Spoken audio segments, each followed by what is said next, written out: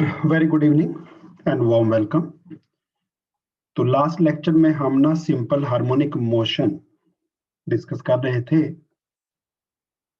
Simple harmonic motion के लिए हमने दो कंडीशंस डिस्क्राइब की। नंबर वन, जो एक्सेलरेशन है जो ऑब्जेक्ट सिंपल हार्मोनिक मोशन में होगा किसी भी मोमेंट ऑफ टाइम पे, वो एक तो displacement from the mean position के डायरेक्टली प्रोपोर्शनल होनी चाहिए। एग्जाम्पल के लिए एक पेंडुलम वाला केस लिया था हमने और एक स्प्रिंग वाला केस डिस्कस किया था। ये जो है बॉटम मोस्ट पोजीशन, इसी को मीन पोजीशन कहते हैं। और मैक्सिमम ये जितना दूर जाएगा, यानी कि जहां से वापस आ जाएगा, जहां पे जाके इसकी वेलोसिटी 0 हो जाती है, उसको हम बोलते हैं एक्सट्रीम पोजीशन।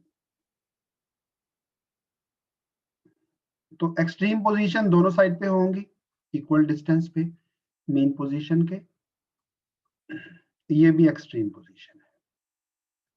तो जितना हम मेन पोजीशन से और दूर जाते रहेंगे, जितना डिस्प्लेसमेंट बढ़ता जाएगा, जो एक्सेलरेशन है उसका साइज भी प्रोपोर्शनेटली इंक्रीज होता जाएगा। पहला पॉइंट। दूसरा पॉइंट था एक्सेलरेशन जो है वो डायरेक्शन में हमेशा अपोजिट टू डिस्प्लेसमेंट रहेगा। डिस्प्लेसमेंट राइट हैंड साइड को हुआ, एक्सेलरेशन लेफ्ट को होगा। अगर डिस्प्लेसमेंट लेफ्ट को हुआ, जब पेंडुलम का बॉब यहाँ पे होगा, तो एक्सेलरेशन का डायरेक्शन राइट हैंड साइड को। Displacement left, acceleration right, displacement right, acceleration left. ये दो कंडीशन अगर सेटिस्फाई हो जाती हैं तो हम जो ऑसिलेशंस हैं उनको बेटा हम सिंपल हार्मोनिक मोशन कहेंगे। चलिए, तो लास्ट टाइम हमने ना एक सर्कुलर मोशन का शेडो डिस्कस किया, जिसको हमने बोला कि वो सिंपल हार्मोनिकली मूव करता है। तो एक पार्टिकल था जिसको हमने रेफरेंस पार्टिकल का नाम दिया था। तो बिगनिंग में तो t इक्वल टू 0 पे वो पार्टिकल यहाँ पे था और उसका जो शेडो है, प्रोजेक्शन है y एक्सिस पे, वो .1 पे था। इसको मैं इधर 1 लिख देता। फिर थोड़ी देर बाद ये .2 पे आ गया, पॉइंट p, और ये इसका जो था रेडियस था। इस पॉइंट का जो शेडो था y एक्सिस पे, वो यहाँ पहुंच गया, जिसको कि मैं इस तरफ अगर शो करूं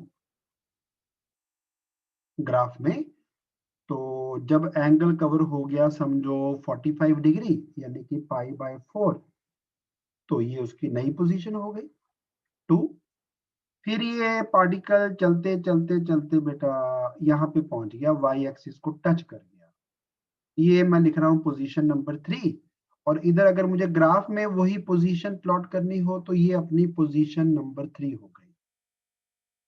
फिर ये हो आ गया बेटा पॉइंट नंबर 4 पे, जो कि इधर को 45 डिग्री के एंगल पे था, या यहां से मेजर करें तो एंगल हो चुका है 135 डिग्री। तो 90 डिग्री यहाँ पे होता है, ये 90 हो गया, ये 135 हो गया, और इसकी नई पोजीशन ये वाली आ गई। इसको मैं पोजीशन नंबर 4 मार्क कर रहा हूँ। फिर ये फिर से एक्स एक्सिस को टच कर गया और इसका जो शेडो है वाई एक्सिस पे, वो वापस 0 पे आ जाएगा। तो ये अपनी पोजीशन नंबर 5 थी, जो कि मैंने ग्राफ में यहाँ पे 5 ऐसे मार्क कर दी। इसके बाद फिर ये पहुंचा पॉइंट नंबर 6 पे, और इसका जो शेडो है वाई एक्सिस पे, वो यहाँ पहुंच चुका था। तो इतने डिस्टेंस को मैं ग्राफ पे दिखाऊंगा, एंगल पहुंच चुका है यहाँ पे, और ये इसका नया पोजीशन है। तो ये वाला पॉइंट आ गया ग्राफ पे, पॉइंट नंबर 6। तो जब इसने एंगल कवर कर दिया 270 डिग्री, यानी कि 3π/2, तो बेटा शेडो भी यहीं पे पहुंच गया वाई एक्सिस पे। तो इसकी डिस्प्लेसमेंट जो है वो equal to radius of the circle, जिसको हमने ए नाम दिया था, एम्पलीट्यूड। रेडियस को ए रखा हुआ था लास्ट टाइम हमने। फिर ये पॉइंट नंबर, इसको पॉइंट नंबर 7 मार्क कर लेते हैं। फिर थोड़ी देर बाद ये पॉइंट नंबर 8 पे पहुंच जाएगा, और इसका जो नया पोजीशन है वो यही वाला बन गया। ग्राफ में मार्क करें तो वो पॉइंट नंबर 8 अपना ये है। एंड लास्टली जो वापस एक्स एक्सिस को टच कर जाएगा तो वो वाला पॉइंट नंबर 9, और इधर भी मैंने पॉइंट नंबर 9 मार्क कर दिया। तो ये ग्राफ है जो कि एंगल वर्सेस डिस्प्लेसमेंट का ग्राफ बनेगा। ये ग्राफ मैथमेटिक्स वाले बच्चे बताएंगे, नॉन मेडिकल वाले। ये ग्राफ कौन से फंक्शन का ग्राफ है, चैट बॉक्स में लिखेंगे। कौन से फंक्शन का ग्राफ जो है वो इस तरह का आता है ट्रिग्नोमेट्री में। चलिए, काफी बच्चे आंसर सही दे चुके हैं। ये जो ग्राफ है ये साइन थीटा का ग्राफ है बेटा। हाँ, बस ये फर्क है कि साइन की वैल्यू ना मैक्सिमम 1 तक जाती है, यहाँ पे गई हुई है a तक। तो हमें जो डिस्प्लेसमेंट है ना टाइम के साथ, क्योंकि इधर को हमने ओमेगा टी लिखा है एंगल को, डिस्प्लेसमेंट एक साइन कर्व से रिप्रेजेंट होगी। तो साइन ऑफ एंगल, एंगल यानी ओमेगा टी, लेकिन साइन की वैल्यू मैक्सिमम होती है 1 और हमारी मैक्सिमम वैल्यू जाती है a तक। तो इसको a से और मल्टीप्लाई करना पड़ेगा ताकि डिस्प्लेसमेंट का इक्वेशन लिखा जा सके। यही हमने बेटा लास्ट लेक्चर में लिखा था। अब उस पॉइंट पे आ रहा हूँ कि लास्ट टाइम हमने क्या किया। लास्ट टाइम हमने बेटा ये जो मोशन है ना सिंपल हार्मोनिक, उसमें एक रेफरेंस सर्कल ड्रॉ किया। उसमें एक पॉइंट था P जो कि 0 सेकंड पे तो यहाँ पे था, T सेकंड पे यहाँ पहुंच गया, एंगल कवर हो गया ओमेगा टी, पैरेलल लाइंस। और ये वाला एंगल भी फिर alternate interior angle omega T ही आएगा। दोनों एंगल मैच कर गए। एंगल के सामने जो है परपेंडिकुलर होता है, परपेंडिकुलर निकालना हो वो होता है हाइपोटेन्यूज इनटू साइन थीटा। तो y equal to a sine omega t लिखा हमने। m का जो डिस्प्लेसमेंट है ना ओरिजिन से, वो y equal to a sine omega t. लेकिन ये भी हो सकता है कि बिगिनिंग में वो पार्टिकल यहाँ पे ना होके उसने थोड़ा सा कुछ एंगल पहले से कवर किया हुआ हो, फाई नॉट। तो फिर फाई नॉट एंगल पहले से कवर्ड था, ओमेगा टी और कवर कर दिया, तो एंगल कवर्ड हो जाएगा a sine omega T plus phi naught. And in contrast to it, हो सकता है कि P1 पे ना हो के शुरू में पार्टिकल जो है वो P2 पे हो, यानी कि कुछ एंगल फाई नॉट से ये पीछे चल रहा हो। तो यहां से एंगल कवर तो होगा ओमेगा टी टी सेकेंड में, लेकिन इतना एंगल माइनस करना पड़ेगा क्योंकि हमें एंगल विद एक्स एक्सिस निकालने। तो y equal to a sine omega t minus phi naught लिखा था। तो यहाँ पे मैंने ऐड कराया था कि t इक्वल टू 0 पे अगर पार्टिकल ने 0 एंगल कवर किया हुआ है तो ये इक्वेशन चलेगी। पार्टिकल कुछ एंगल से पहले आगे चल रहा है, फाई नॉट एंगल पहले से कवर्ड है, t इक्वल टू 0 पे, ओमेगा टी में फाई नॉट ऐड कर लीजिए। एंड अपोजिट टू इट, अगर कुछ एंगल से पीछे चल रहा है, पार्टिकल बिगनिंग में कुछ एंगल से पीछे था by an angle phi naught, point P2 से शुरू हुआ, तो फिर यही एंगल फाई नॉट को माइनस कर देना। तो ये तो था जो हमने लास्ट लेक्चर में सारा कुछ डिस्कस कर लिया था। हाँ जी, इसमें कोई डाउट है बेटा तो प्लीज अपना माइक अनम्यूट करके पूछिए। आज हमने डेवलप करनी है डिस्प्लेसमेंट से equations of velocity and equation of acceleration. तो क्योंकि साइन कॉस का डेरिवेटिव लेना पड़ेगा, तो बायो वाले बच्चों के लिए मैं थोड़ा सा रिपीट कर रहा हूँ। जो मैथमेटिकल टूल्स मुझे इस चैप्टर में यूज करने हैं ना, अगर तो y equal to a cos omega t हो और dy बाय dt निकालना हो, तो साइन x का डेरिवेटिव वो होता है cos x और cos का डेरिवेटिव होता है माइनस साइन x। ये तो हो गया simply sine x cos x को करना हो, पर यहाँ पे ना साइन t cos t ना हो के साथ में कुछ ओमेगा भी लगा हुआ है। तो अगर sine of a x plus b, b is a constant, a is a constant, इस फॉर्मेशन में हो, तो पहले तो साइन का डेरिवेटिव ले लो, कॉस बन जाएगा। फिर इसको डिफरेंशिएट करके मल्टीप्लाई करना होता है, पर इसका डेरिवेटिव क्या आएगा, a कांस्टेंट है, x का derivative with respect to x 1 और b बीइंग कांस्टेंट डेरिवेटिव 0, तो a इंटू 1 इज a में 0 ऐड करेंगे तो a आएगा। तो यहाँ पे आपको a से और मल्टीप्लाई करना होता है इंटू a। सेम वे अगर cos of ax plus b हो, जैसे यहाँ पे cos ओमेगा t लिखा हुआ है, तो पहले तो cos का डेरिवेटिव लेंगे, वो आएगा minus sine of same angle. फिर इसको डिफरेंशिएट करेंगे तो फिर से पहले की तरह एक a से मल्टीप्लाई भी करना है। चलो एक काम करो, पहले जरा फॉर्मूले नोट डाउन कर लो ये, फिर आगे बढ़ते हैं। तो फॉर एग्जाम्पल अगर अपना y equal to a sine omega t है, ओमेगा टी प्लस 5 लिख लेते हैं, चलो 5 भी होता है ना कई बार लिखा हुआ है। तो फिर मुझे अगर वेलोसिटी निकालनी है dy बाई डी टी, तो a कांस्टेंट बाहर आ जाएगा, पहले करेंगे साइन का डेरिवेटिव, वो आएगा cos ओमेगा टी प्लस 5। फिर ओमेगा टी प्लस 5 को फिर से डिफरेंशिएट करेंगे विद रिस्पेक्ट टू टाइम, तो 5 बीइंग कांस्टेंट उसका तो 0 आ जाएगा बेटा, ओमेगा कांस्टेंट बाहर निकल आएगा, टी का derivative D by d T of T, जो कि कैंसिल होके इक्वल टू 1 ही आ जाता है, इंटू 1। यानी कि ओमेगा से मुझे और मल्टीप्लाई करना होगा। अगले पेज पे यही आ रहा है बेटा। सिंपल हार्मोनिक मोशन में वेलोसिटी और एक्सेलरेशन को क्या लिखा जाए अगर आप डिस्प्लेसमेंट को a sine omega T plus five not लिखते हो? तो डिफरेंशिएट करना आपको अब आ गया। तो सबसे पहले वेलोसिटी जो है वो d by d T of displacement होती है, rate of change of position.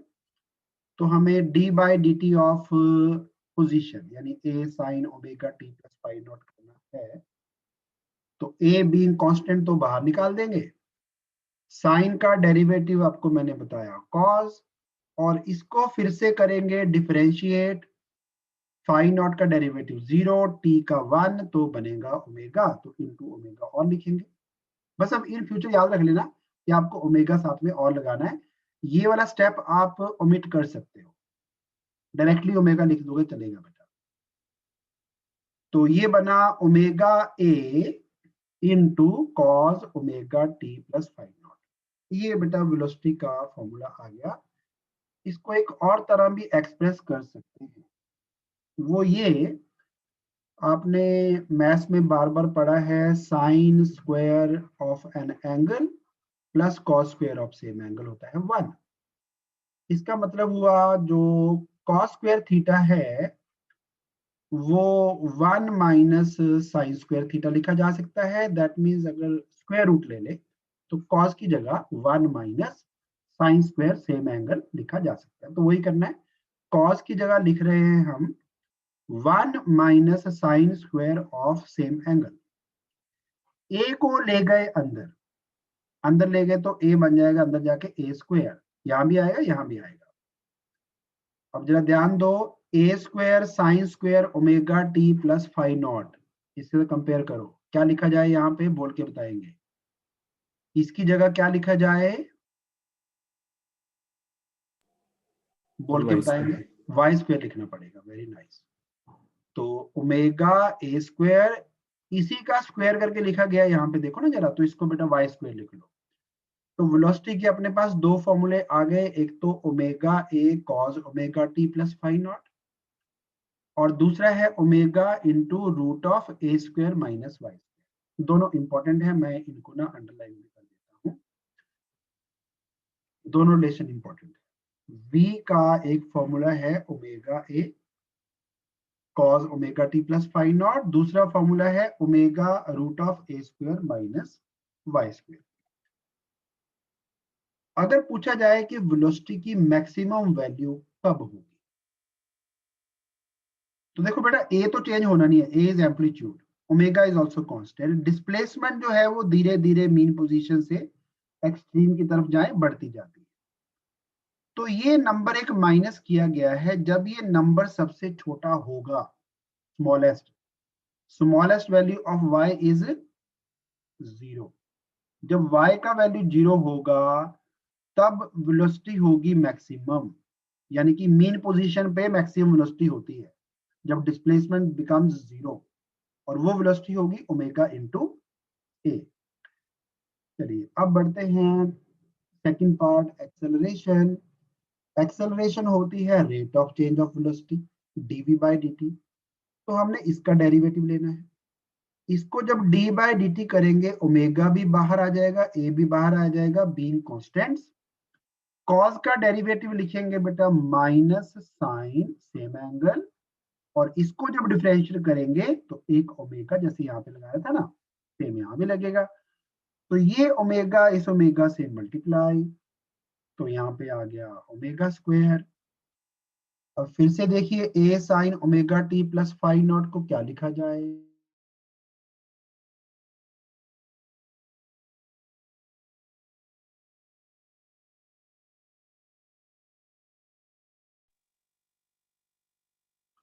बेटा a sine omega T plus five not को क्या लिख सकते हैं, y। y। तो ये बन गया minus omega square into y, क्योंकि a sine omega T plus five not को y लिख दिया। अब अगर पूछा जाए कि एक्सेलरेशन की मैक्सिमम वैल्यू क्या होगी और कब होगी, तो y जब सबसे बड़ा होगा, देखो जो मेन पोजीशन है ना, मेन पोजीशन से जब हम सबसे ज्यादा दूर होंगे, चाहे राइट को चाहे लेफ्ट को, उस केस में बेटा y का वैल्यू होगा मैक्सिमम, तो एक्सेलरेशन भी होगा मैक्सिमम। तो acceleration is maximum eight extreme position, और कितनी होगी बेटा y की जगह पे a पुट कर दो आप। वो तो साइन का तो चक्कर ही है ना कि डायरेक्शन किधर को होगी, यहाँ पे पूछे तो लेफ्ट हैंड साइड को होगी, यहाँ पे पूछे तो एक्सेलरेशन राइट हैंड साइड को होगी। बट मैक्सिमम वैल्यू कितनी होगी, साइन छोड़ दो, तो साइन को छोड़ दें अगर, तो एक्सेलरेशन का मैक्सिमम वैल्यू आएगा ओमेगा स्क्वायर इंटू वाई का मैक्सिमम वैल्यू, जो कि इक्वल टू एम्पलीट्यूड होता है। तो ये एक्सेलरेशन की मैक्सिमम वैल्यू होगी, और ये होगी एक्सट्रीम पोजीशन पे, एक्सट्रीम पोजीशन।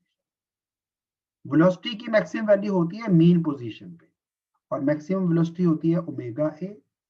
एक्सेलरेशन की हाईएस्ट वैल्यू ओमेगा स्क्वायर ए। चलिए अब करेंगे बेटा नोट डाउन, और कोई चैट बॉक्स में क्वेश्चन है आपका, वो चैट बॉक्स में लिखिए। सर जो लास्ट में किया था सर एक्सेलरेशन वाला, वो बता दो।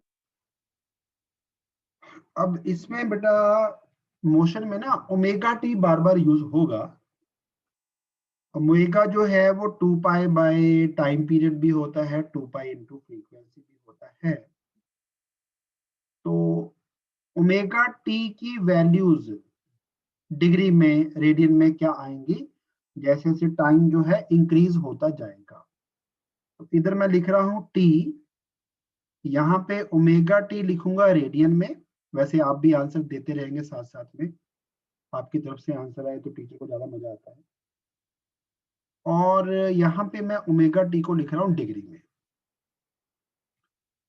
फिर उस एंगल का साइन ओमेगा टी क्या आएगा और कॉस ओमेगा टी क्या आएगा, वो आपको बताते जाना है। तो टी इक्वल टू 0 पे ओमेगा जो है वो 2 पाई बाय टी, ओमेगा जो है वो है 2 पाई बाय टाइम पीरियड। इसको टी यानी पहले हमने 0 से मल्टीप्लाई करना है। 0 से मल्टीप्लाई किया तो यहाँ पे क्या लिखा जाए, 0 0 0 है ना। तो ये एंगल रेडियन में 0 है तो डिग्री में भी 0 आएगा। 0 पे साइन कितना होता है, 0 0। और Zero. कॉस, कॉस 90 नहीं, कॉस की वैल्यू क्या आएगी, कॉस ऑफ 1। 1। अच्छा अगर हम इस t को अब पूरे टाइम पीरियड का 1/4 कर दे, टाइम पीरियड का 1/4, तो यहाँ पे अगर मैं लिखता हूँ t/4, तो कितना एंगल आएगा रेडियन में, सर π/2। π/2। Very nice. डिग्री में कितना होता है वो, 90। 90। साइन 90 कितना होता है, 0। नो, 1 1 1 1। कॉस 90 क्या होता है, 0 0। जब हम ऑसिलेशन का हाफ कंप्लीट कर चुके होंगे t/2, तो यहाँ पे अगर मैं t/2 डालता हूँ 0 की जगह, तो कितना एंगल आएगा, पाई pi पाई रेडियन डिग्री में कितना होता है? 180 180 अब बताइए साइन ऑफ 180 कितना होता है?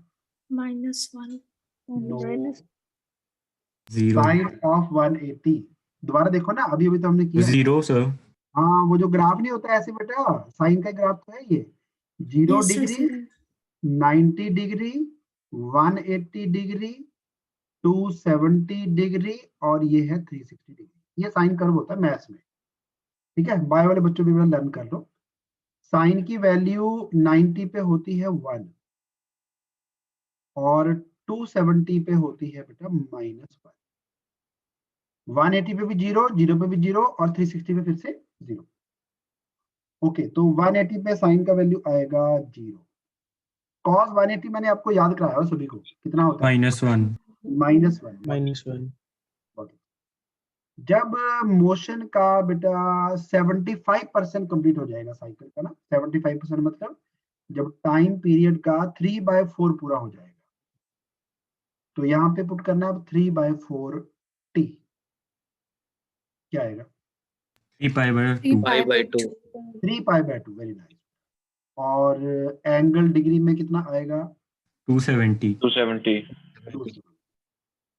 270 पे लिखा मैंने साइन का वैल्यू, 270 पे साइन इज इक्वल -1, cos 0 आ जाता है बेटा।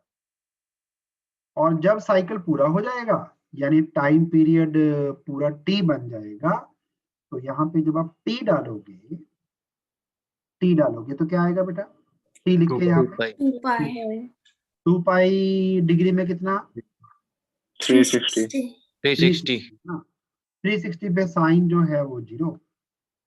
360 वैसे ना 0 ही तो होता है वैसे बेसिकली। तो ये यहाँ से शुरू हुए 90 डिग्री, 180 डिग्री, 270 डिग्री, 360 डिग्री पे तो 0 पे वापस आ जाते हैं, तो 0 वाली वैल्यूज ही आएंगी। 0 पे 0 था तो बेटा ओमेगा टी पे भी जब 2 पाई हो जाएगा तब भी 0 ही आएगा। और कॉस की वैल्यू 0 पे 1 थी तो 2 पाई पे भी 1 ही आएगी। ठीक है, समझे बेटा? चलो ये ना अब आपने नोट डाउन नहीं करना, ये मैंने वैसे आपको बता दिया। प्रैक्टिस के लिए स्क्रीनशॉट लेना ले लो, एक बार लिख के देख लेना खुद से, क्योंकि इस चैप्टर में ना ओमेगा टी बार बार यूज होगा और टी की वैल्यू कभी कभी t/4 कभी t/2 ऐसे लिखी होती है। चलो एक काम करो, अब मैं एक आपको छोटी सी असाइनमेंट देता हूं। मान लो t की वैल्यू t/12 लिखी होती, t की वैल्यू t/12, तो साइन की वैल्यू क्या आएगी पहले तो वो बताइए जरा। Sir half. t/12 पे हाफ आएगी, बहुत अच्छे बेटा। हाँ देखो ना, t/12 पुट करेंगे ना बेटा, देखो 2 pi by capital T into T की जगह t/12 पुट करेंगे तो आएगा π/6। पाई का जो एंगल होता है ना वो 180 डिग्री होता है, 180 को 6 से डिवाइड किया तो 30। तो आपसे पूछा जा रहा है साइन ऑफ 30 की वैल्यू बताइए, तो साइन ऑफ 30 होता है हाफ और कॉस ऑफ 30 कितना होता है? √3/2 बहुत अच्छे बेटा। चलिए अच्छा एक काम करो, स्क्रीनशॉट ले लो, इसको एक बार खुद से भी ट्राई कर लेना बेटा, ठीक है? पेपर में तो ऐसे नहीं आएगा कि इसकी वैल्यू बताइए, लेकिन इस चैप्टर में ये बार बार यूज होगा। अब वो जो वैल्यूज अभी अभी हमने लिखी उनको यूज करके हम एक ग्राफ बनाएंगे, पोजीशन वर्सेस टाइम ग्राफ, एक ग्राफ बनाएंगे वेलोसिटी वर्सेस टाइम ग्राफ, एक बनाएंगे एक्सेलरेशन वर्सेस टाइम ग्राफ। तो इनिशियल फेज जो था ना फाई, वो थोड़ा सा हम कन्वीनियंस के लिए उसको 0 ले लेंगे। तो ए साइन ओमेगा टी का ग्राफ जैसे जैसे टाइम बढ़ेगा, तो जब टाइम होगा 0 तो अभी अभी आपने लिखा टी की वैल्यू 0 पुट करेंगे तो साइन 0 का वैल्यू 0 होता है, तो डिस्प्लेसमेंट आएगा 0। जब टाइम हो जाएगा t/4, अभी लिखा ना हमने, t की वैल्यू t/4 पुट करेंगे, ओमेगा को 2 π/t और t को पुट करेंगे t/4, तो एंगल आया π/2। साइन ऑफ π/2 क्या होता है? साइन π/2 अभी तो बताया आपने 1. 1, तो 1 ये आ गया इनटू ए करना है, ए को 1 से मल्टीप्लाई करेंगे तो डिस्प्लेसमेंट जो है ना वो बेटा ए के इक्वल हो जाएगी, इसको मैं प्लस ए लिखूंगा। फिर जब टाइम हो जाएगा t/2 पे ये एंगल बना था पाई, पाई यानी 180 डिग्री, साइन की वैल्यू होती है 0 तो डिस्प्लेसमेंट भी 0। फिर 3t/4, 3t/4 पे ये बन गया था एंगल 3π/2 यानी कि 270 डिग्री, साइन की वैल्यू आ गई -1, तो -1 को a से मल्टीप्लाई किया -a, और 360 पे 0। चलिए यहां तक तो कोई डाउट नहीं होना चाहिए। अब इसके बाद बेटा बात करते हैं हम वेलोसिटी की। ये हमने लिख दिया यहाँ पे +a और इधर लिख लिया -a, ठीक है। वेलोसिटी का फॉर्मूला था omega a cos omega t। तो जब ये एंगल 0 था बिगिनिंग में ना, t की वैल्यू 0 पुट की 0, cos 0 कितना होता है, cos 0 1, तो 1 इंटू ओमेगा a, तो t इक्वल टू 0 पे जो वैल्यू आई बेटा वो आई 1 इंटू ओमेगा a, तो ये हाईएस्ट वेलोसिटी होगी इस टाइम। और जब t को पुट करेंगे t/4, जैसे ये पुट किया था, ये t/4 है अपना, t/4 पे आया था π/2, cos π/2 होता है 0, तो ये बड़ा ग्राफ 0 पे आ गया। फिर हमने पुट किया t/2, t/2 पे बेटा आया अपना पाई, पाई यानी cos ऑफ पाई यानी 180 डिग्री, वो होता है -1, -1 को ओमेगा a से मल्टीप्लाई किया तो वेलोसिटी नेगेटिव में चली गई। फिर 3t/4 पे ये बन गया 270 डिग्री, 270 पे cos का वैल्यू 0 था तो ग्राफ 0 पे आ गया। और जब 360 डिग्री पूरा हो जाएगा एक टाइम पीरियड के बाद, जब टाइम पीरियड t पूरा हो गया, तो फिर cos की वैल्यू फिर से 1 इंटू ओमेगा ए करेंगे तो वेलोसिटी फिर से ओमेगा ए पे पहुंच जाएगी। तो वेलोसिटी की बाय पॉजिटिव में वैल्यू बेटा ओमेगा ए, और नेगेटिव में इसको ओमेगा ए लिख दिया मैंने, नीचे की तरफ माइनस ओमेगा ए लिख दिया। अब तीसरा ग्राफ जो है वो एक्सेलरेशन का है। तो एक्सेलरेशन में और डिस्प्लेसमेंट में सिर्फ ना साइन तो आना ही है दोनों में ना, बस ये प्लस में आता है ये माइनस में आता है, इतना ही फर्क है। हाँ जब साइन की वैल्यू 1 हो जाएगी तो एक्सेलरेशन ना माइनस ओमेगा स्क्वायर ए होगी।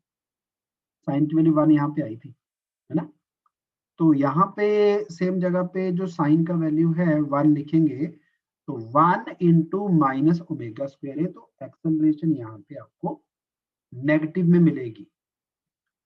y का तो उल्टा करना है, बस जो y वाला ग्राफ है ना बेटा उसी ग्राफ को उल्टा कर दो, एक्सेलरेशन वाला ग्राफ आ जाएगा। बस एक्सेलरेशन की जो हाईएस्ट वैल्यूज है ना, पॉजिटिव में ओमेगा स्क्वायर है और नेगेटिव में माइनस ओमेगा स्क्वायर आएगा, ग्राफ सेम रहेगा।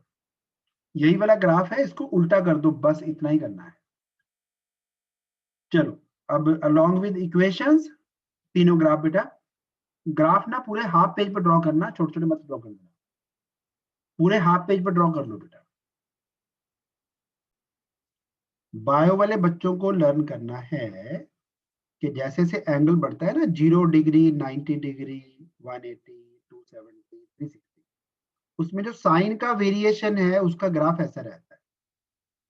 और वेलोसिटी पोजीशन में साइन कर्व आना था तो साइन वाला ग्राफ आ गया बेटा। और जो cos की वैल्यू है वो 0 पे तो 1 होती है, 90 पे 0, 180 पे -1, 270 पे 0 और 360 पे फिर से 1, ये cos वाला ग्राफ है। तो साइन cos के ग्राफ लर्न कर लोगे ना तो आप ये आंसर डायरेक्टली दे पाओगे। साइन वाले केस में साइन कर्व ड्रॉ किया, कॉस वाले केस में कॉस वाला कर्व ड्रॉ किया, माइनस साइन वाले केस में साइन वाले कर्व का उल्टा ड्रॉ कर दिया, बस। तो जल्दी याद हो जाता है ऐसे अगर आपको ये दो ग्राफ याद है। चलिए अब एक क्वेश्चन करते हैं बेटा, उसमें ये ग्राफ यूज होंगे दोनों। तो क्वेश्चन अपना ये है, AIPMT का ही क्वेश्चन है, मेडिकल वाले बच्चों के लिए मैंने बताया और क्वेश्चन भी उसी पे बेस्ड है। सो क्वेश्चन इज के एक ऑसिलेटरी मोशन में ना जो पोजीशन का रिलेशन टाइम के साथ वो x equal to a cos omega t है, x equal to a cos omega t। तो क्वेश्चन है कि एक्सेलरेशन का वेरिएशन विद टाइम, उसका ग्राफ बताइए कौन सा होगा। तो पहले मैं यहां से वेलोसिटी निकाल देता हूं। वेलोसिटी होती है dx बाई dt, a बाहर आ जाएगा, cos का डेरिवेटिव क्या था, माइनस साइन। तो minus sign omega T, omega T का डेरिवेटिव लिया, फिर से एक ओमेगा आ जाएगा, तो वेलोसिटी का फॉर्मूला हो गया बेटा minus omega A sign omega T. अब यहीं से हम एक्सेलरेशन की तरफ जाएंगे। एक्सेलरेशन होता है rate of change of velocity d v by d t, minus बाहर ओमेगा बाहर ए भी बाहर, बीइंग कांस्टेंट्स। साइन का डेरिवेटिव होता है कॉस, और ओमेगा टी का डेरिवेटिव होता है ओमेगा। वो ओमेगा मैं इधर लिखने की बजाय यहाँ पे लिख देता हूँ। तो देखो अब एक्सेलरेशन जो है उसका ग्राफ माइनस कॉस वाला आने वाला है। ये कॉस वाला ग्राफ था ना इधर बेटा, इसी को उल्टा कर दीजिए। तो कौन सा ऑप्शन सही आ रहा है बताएंगे जरा चैट बॉक्स में, चैट बॉक्स में लिखेंगे। एक्सेलरेशन जो है हमारे वाले केस में वो कॉस पे डिपेंड करती है, लेकिन साथ में नेगेटिव साइन भी है। तो जो ग्राफ कॉस का बना ना, इस ग्राफ को उल्टा करिए। उल्टा करिए मतलब ऐसे ड्रॉ करिए, ये ग्राफ आएगा बेटा। So option 1 is the correct option. ठीक है, मोस्टली बच्चों ने ठीक आंसर दिया है। प्रतीक्षा ने की ठीक है बेटा, राजवीर का भी ठीक है। चलो होप समझ आ गया होगा। जिसको नहीं समझ आया बेटा वो माइक को अनम्यूट करिए, दोबारा पूछिए। अब हम करेंगे आपके ना बुकलेट में जो न्यूमेरिकल नंबर 9 है, displacement of a particle executing simple harmonic motion is given by x equal to 0.24 cos 400 pi t minus 0.5 in SI units. To find the amplitude, time period and frequency of vibration. ये सबसे easiest question है, यहाँ से हम शुरू करते हैं। तो मैंने बोला था डिस्प्लेसमेंट को कई बार y लिखा होता है, कई बार x लिखा होता है, and it is equal to a। कभी कभी बेटा आपको साइन मिलेगा, कभी कभी साइन की जगह कॉस मिलेगा। तो साइन कॉस में कोई भी पॉसिबल है। तो वो याद है ना आपको, अगर हम प्रोजेक्शन अलोंग एक्स एक्सिस ले लें तो कॉस आ जाता है, और यहाँ पे होता है ओमेगा टी प्लस या माइनस कुछ इनिशियल एंगल, वो कॉस के साथ भी आ सकता है। तो चैट बॉक्स में पहले बताएंगे कि इस इक्वेशन में ए कितना है, चैट बॉक्स में बताएंगे।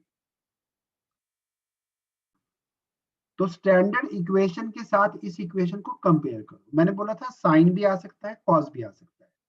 ब्रैकेट के अंदर पहला टर्म जो है जिसके साथ टी लगा हुआ है वो ओमेगा है, और साइन के बाहर जो लगा हुआ वो एम्पलीट्यूड है। तो हमें एक तो एम्पलीट्यूड पूछा है, तो दैट मींस एम्पलीट्यूड जो है वो 0.24 हो गई। देखो ठीक है बेटा, ये वाला पार्ट एम्पलीट्यूड था ना, और ये ओमेगा है 400 पाई। तो ओमेगा अगर 400 पाई है तो फिर टाइम पीरियड का और फ्रीक्वेंसी का ओमेगा से रिलेशन, ओमेगा होता है 2 पाई इंटू फ्रीक्वेंसी। तो ओमेगा की जगह 2 पाई पुट कर दो, पाई से पाई कैंसिल कर दो, तो फ्रीक्वेंसी आ गई 200 hertz.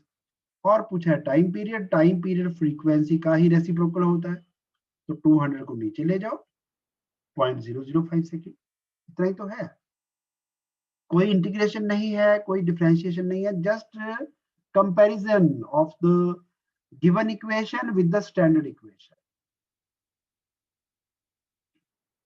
Question number 10, acceleration of a particle in simple harmonic motion is 48 centimeter per second square जब उसका डिस्प्लेसमेंट मीन पोजीशन से था 12 सेंटीमीटर। डिस्प्लेसमेंट का और एक्सेलरेशन का रिलेशन क्या था, बोल के बता सकते हैं बेटा। अभी अभी लिखा हमने, Sir, A equal to omega square. a equal to minus omega square y, y मतलब डिस्प्लेसमेंट। जो माइनस साइन है ना वो जस्ट रिप्रेजेंट करता है डायरेक्शन। तो अगर मुझे सिर्फ मैग्नीट्यूड की बात करनी है तो आप ये नेगेटिव साइन हटा सकते हो। तो a equal to only omega square y, y जब 12 सेंटीमीटर था तब एक्सेलरेशन 48 थी सेंटीमीटर पर सेकेंड स्क्वायर में, और ये कैंसिल हो जाएगा 4 पे, तो ओमेगा स्क्वायर आया 4, इसका मतलब ओमेगा का वैल्यू आया 2। अब निकालना आपको टाइम पीरियड है, तो ओमेगा का टाइम पीरियड से क्या रिलेशन, ओमेगा की जगह क्या 2 pi by t. 2 pi by T है ना, तो 2 से 2 भी कैंसिल, तो t का वैल्यू आ गया बेटा पाई, पाई का वैल्यू होता है 3.14 और यही आंसर है इसका।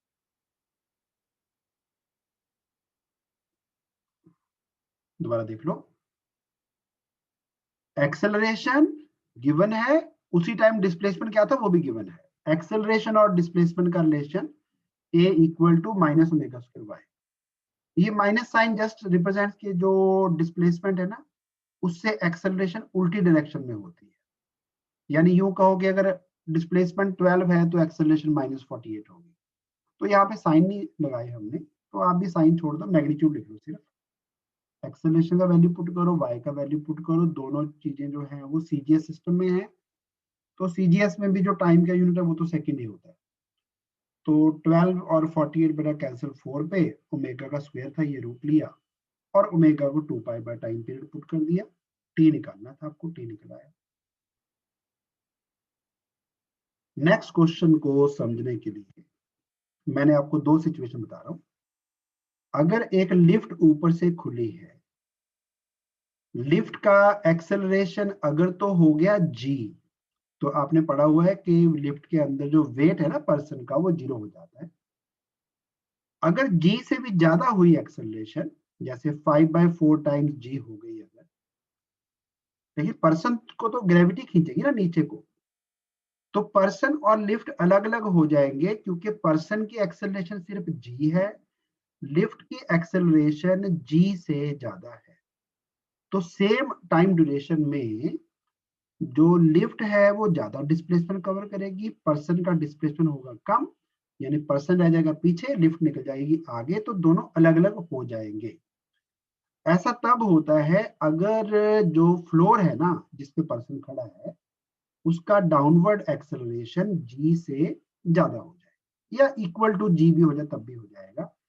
आपने बेटा, आपको ये वाला एक्सपेरिमेंट तो नहीं मिलेगा करने के लिए, आप अपने घर में क्या कर सकते हैं, अपने ना हाथ पे ना एक ऑब्जेक्ट रखो, कोई जो टूटने वाली चीज ना हो, लाइक कोई छोटा सा बॉक्स हो सकता है किचन वाला जो जिसमें आप मसाले मसूले रखते हैं, खाली वाला ले लो।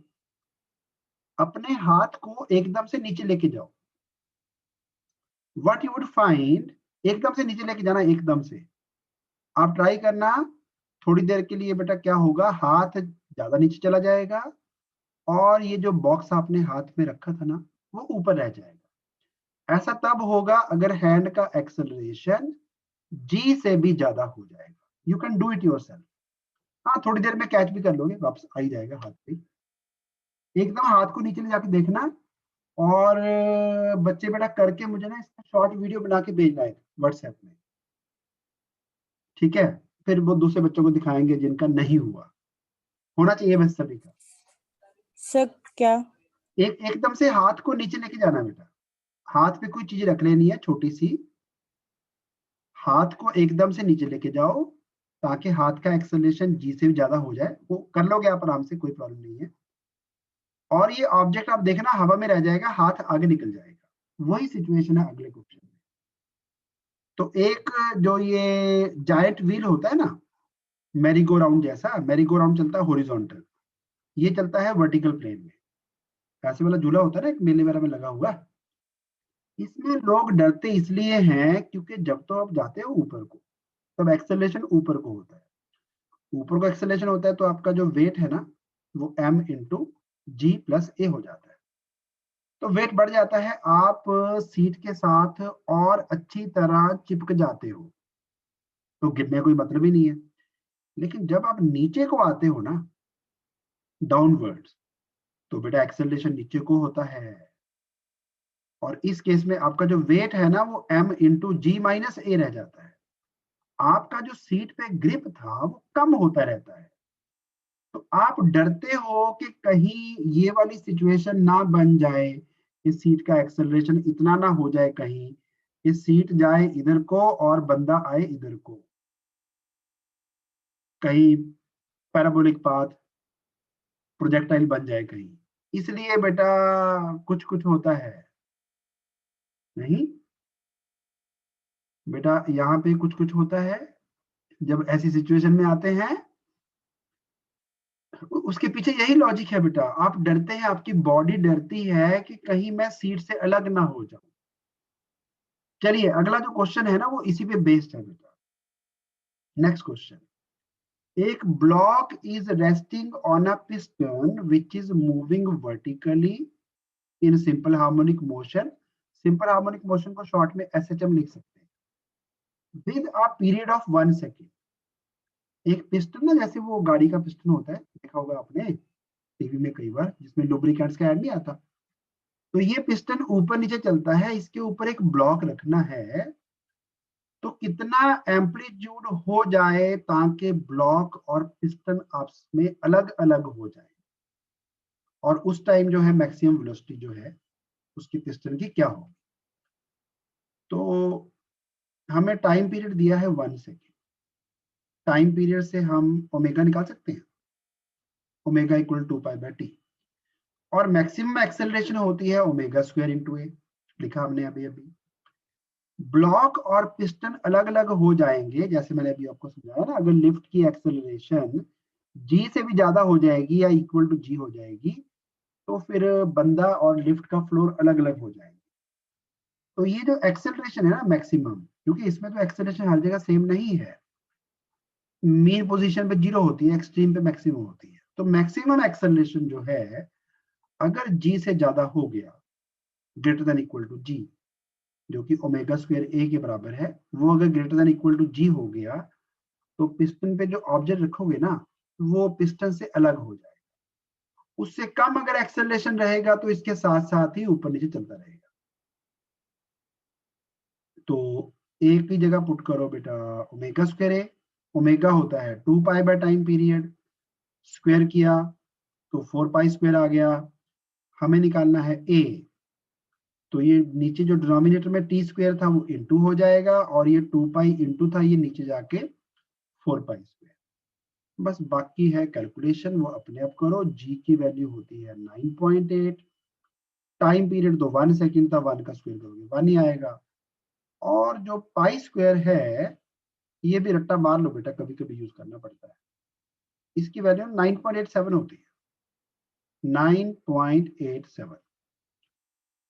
तो इसको सॉल्व करो जरा, और एम्पलीट्यूड का हाईएस्ट वैल्यू निकालो, सॉरी मिनिमम वैल्यू निकालो, ताकि पिस्टन और वो जो बॉडी है वो आपस में इकट्ठे ना चल के अलग अलग हो जाए, वो मास जो ऊपर रखी है वो पिस्टन से छूट जाए। बाकी कैलकुलेशन करके बताओ बेटा क्या आंसर आता है।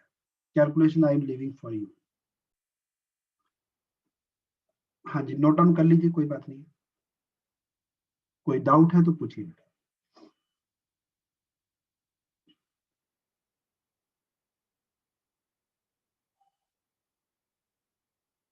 हाँ जी लॉग आउट कर सकते हैं जिनका बेटा पूरा हो गया है। कोई डाउट है then I am available, please you can ask. Thank you sir. Thank you welcome sir. बेटा।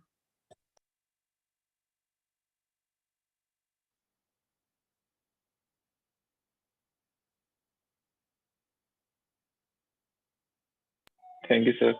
वेलकम बेटा, वेलकम।